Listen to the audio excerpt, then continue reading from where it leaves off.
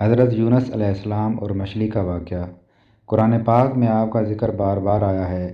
سورہ انعام، سورہ یونس اور سورہ انبیاء میں آپ کا ذکر مبارک ملتا ہے۔ آپ ملک عراق کے شہر نینوا میں پیدا ہوئے، جس شہر کی طرف آپ کو نبی بنا کر بھیجا گیا۔ اس کی آبادی 1,00,000 یا اس سے کچھ زیادہ تھی۔ آپ لوگوں کو بت پرستی سے منع کرتے اور اچھائیوں کی ہدایت کرتے۔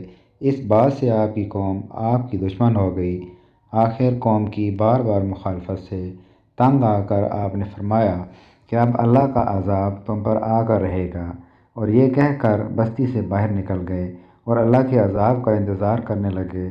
ان کے جانے کے بعد بستی والوں نے مشورہ کیا کہ حضرت یونس علیہ السلام عذاب کی پیشن گوئی کر کے گئے ہیں اور وہ کبھی جھوٹ نہیں بولتے، اس لیے اس معاملے میں غور کیا جائے۔ ان کے مشورہ میں یہ طے ہوا کہ اگر رات کو حضرت یونس علیہ السلام بستی سے باہر چلے گئے تو سمجھو کہ صبح ہم پر یقیناً عذاب آئے گا۔ چنانچہ انہوں نے دیکھا کہ حضرت یونس علیہ السلام رات کو بستی سے باہر نکل گئے اور صبح کے وقت عذاب کے آثار ظاہر ہونے لگے، تو ان کو یقین ہو گیا کہ اب ہم ہلاک ہونے والے ہیں۔ یہ دیکھ کر انہوں نے حضرت یونس علیہ السلام کو تلاش کیا کہ ان کے ہاتھ پر ایمان لے آئیں، مگر جب ان کو نہ پایا تو خود ہی اخلاص نیت کے ساتھ توبہ و استغفار میں لگ گئے۔ یہ بستی سے باہر ایک میدان میں نکل آئے۔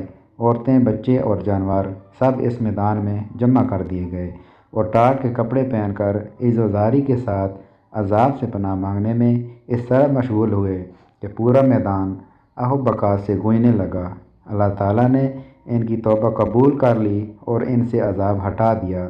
ادھر حضرت یونس علیہ السلام بستی سے باہر اس انتظار میں تھے کہ اب اس قوم پر عذاب نازل ہوگا، مگر عذاب نازل نہ ہوا۔ قوم کے توبہ و استغفار کا ان کو علم نہ تھا، اس لیے ان کو یہ فکر لاحق ہوئی کہ اگر میں بستی میں گیا تو مجھے جھوٹا قرار دے کر قتل کر دیا جائے گا، کیونکہ ان بستی والوں کا قانون یہی تھا کہ جھوٹے آدمی کو قتل کر دیتے تھے۔ اس بنا پر حضرت یونس علیہ السلام نے یہاں سے ہجرت کرنے کا ارادہ کیا اور شہر سے باہر نکل کھڑے ہوئے اور چلتے چلے گئے، یہاں تک کہ بحر روم کے کنارے پہنچ گئے۔ وہاں ایک کشتی جانے کے لیے تیار تھی، اس پر سوار ہو کر روانہ ہو گئے۔ جب کشتی بیچ سمندر میں پہنچی تو رک گئی۔ ملاح نے کہا، اس کشتی میں کوئی غلام ہے جو اپنے مالک سے بھاگ کر آیا ہے، جب تک وہ نہیں اترے گا کشتی نہیں چلے گی۔ حضرت یونس علیہ السلام بول اٹھے کہ وہ بھاگا ہوا غلام میں ہوں، مجھے سمندر میں ڈال دو۔ اور یہ اس وجہ سے کہا کہ حضرت یونس علیہ السلام نے ہجرت کرنے میں اللہ کے حکم کا انتظار نہیں کیا تھا، خود ہی ہجرت کرنے کا فیصلہ کیا تھا۔ یہ کام اگرچہ فی النفس جائز تھا، مگر انبیاء کے شایان شان نہ تھا۔ کشتی والے چونکہ آپ کو جانتے تھے، اس لیے آپ کو پانی میں ڈالنے پر تیار نہ ہوئے۔ چنانچہ قرعہ ڈالنے کا فیصلہ ہوا۔ کئی مرتبہ قرعہ ڈالا گیا، ہر مرتبہ آپ ہی کا نام نکلا۔ تب لوگوں نے آپ کو دریا میں ڈال دیا۔ اللہ کا کرنا ایسا ہوا کہ ایک مچھلی دیر سے منہ کھولے کھڑی تھی، اس نے اللہ کے حکم سے آپ کو نگل لیا، لیکن حضرت یونس علیہ السلام برابر اللہ کی پاکی اور بزرگی بیان کرتے رہے۔ اگر آپ اللہ کی پاکی اور بزرگی بیان کرنے والے نہ ہوتے تو قیامت تک مچھلی کے پیٹ میں رہتے، مگر اللہ تعالیٰ بے حد مہربان اور رحم کرنے والا ہے، وہ ہر توبہ کرنے والے کی توبہ قبول کرتا ہے، وہ ہر پناہ چاہنے والے کو پناہ بخشتا ہے۔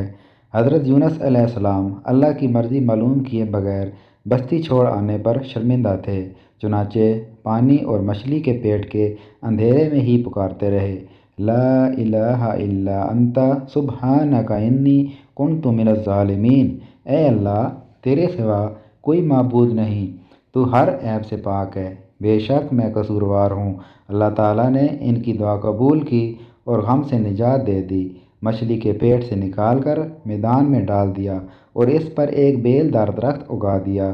حضرت یونس علیہ السلام کے اپنی قوم سے روانہ ہونے کے بعد اللہ تعالیٰ نے ان پر ایک بڑا سخت عذاب بھیجا، لیکن جب قوم نے دیکھا کہ عذاب آ رہا ہے تو وہ سب میدان میں آ کر اللہ سے استغفار اور توبہ کرنے لگے۔ اللہ تعالیٰ نے عذاب دور کر دیا۔ جب حضرت یونس علیہ السلام تندرست ہو کر دوبارہ قوم کے پاس آئے تو وہ ان کے انتظار میں تھے، چونکہ انہوں نے اپنی آنکھوں سے عذاب کے آثار دیکھ لیے تھے، اس لیے سب کے سب ایمان لے آئے اور صدیوں تک خوب امن و چین سے رہے۔ اس طرح اللہ کا وعدہ پورا ہوا کہ جو لوگ ایمان لائیں گے ان کو میں خوب رزق دوں گا اور برکتیں عطا کروں گا۔ چنانچہ حضرت یونس علیہ السلام کی قوم سے وہ تمام عذاب اور تکالیف دور ہو گئیں جو حضرت یونس علیہ السلام کی بد دعا اور ناراضگی کی وجہ سے ان پر مسلط ہو گئی تھیں۔ حضرت یونس علیہ السلام نے مچھلی کے پیٹ میں جو دعا کی وہ بڑی کارآمد ہے، اس لیے جب بھی کوئی مصیبت یا آفت نازل ہوتی ہے تو اس دعا کو پڑھا جاتا ہے۔ اللہ پاک اس کی برکت سے آفات کو دور کر دیتا ہے۔ سبحان اللہ۔